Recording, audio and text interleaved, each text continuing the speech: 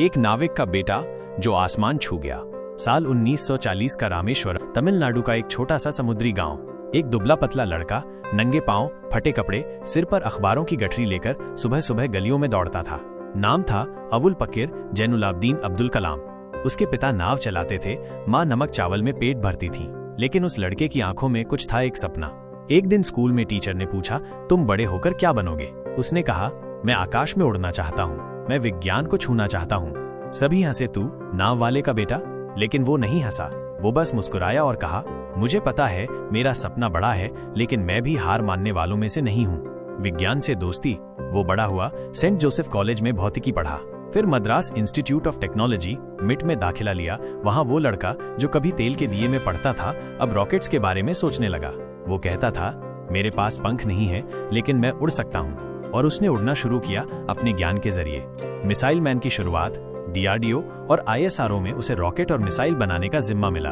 भारत के पहले स्वदेशी सैटेलाइट लॉन्च व्हीकल SLV-3 को उसने बनाया, जिससे रोहिणी उपग्रह अंतरिक्ष में पहुंचा।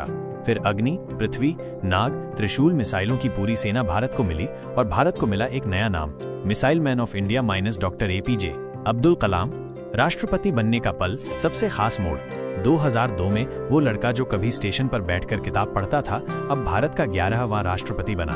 जब उन्हें शपथ दिलाई जा रही थी, उस समय भी उनके हाथ में कोई सोने की घड़ी नहीं थी, बस एक किताब थी, भगवद गीता और कुरान दोनों।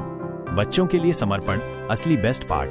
कलाम साहब कहते थे, युवाओं में सबसे बड़ी ताकत होती है राष्ट्र को बदलने की। उन्होंने हजारों कॉलेजों में जाकर भाषण दिए, लाखों बच्चों को सपना देखने की हिम्मत दी।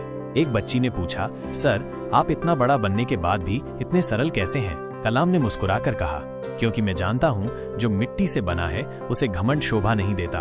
आखिरी क्षण, एक गुरु की तरह। 27 जुलाई 2015 वो शिलोंग के IIM में लेक्चर दे रहे थे, धरती को रहने लायक कैसे बनाएं। वो बोल रहे थे, बच्चे सुन रहे थे और अचानक वो गिर पड़े। उनकी मृत्यु मंच पर हुई, जहाँ वे ज्ञान बांट रहे थे, एक सच्चे शिक्षक की तरह। डॉक्टर कलाम की जिंदगी का सबसे अच्छा हिस्सा ये था कि उन्होंने अपने ज्ञान, विज्ञान और विचारों से न सिर्फ खुद को ऊपर उठाया, बल्कि लाखों युवाओं को उड़ने की ताकत दी। वो राष्ट्रपति बने, लेकिन हमेशा कहते थे, छोटे शहर का हूँ, लेकिन सपने हमेशा देश के लिए बड़े देखता हूँ। सीख क्या मिलती है इस कहानी से? हालात चाहे जैसे हों, सपना देखना मत छोड़ो। मेहनत और ईमानदारी से कोई भी ऊंचाई पाई जा सकती है। असली ताकत पैसे या पद में नहीं, सोच और सेवा में है। उनकी एक पंक्ति, सपना वो नहीं जो हम सोते समय देखते हैं, सपना वो है जो हमें सोने नहीं देता।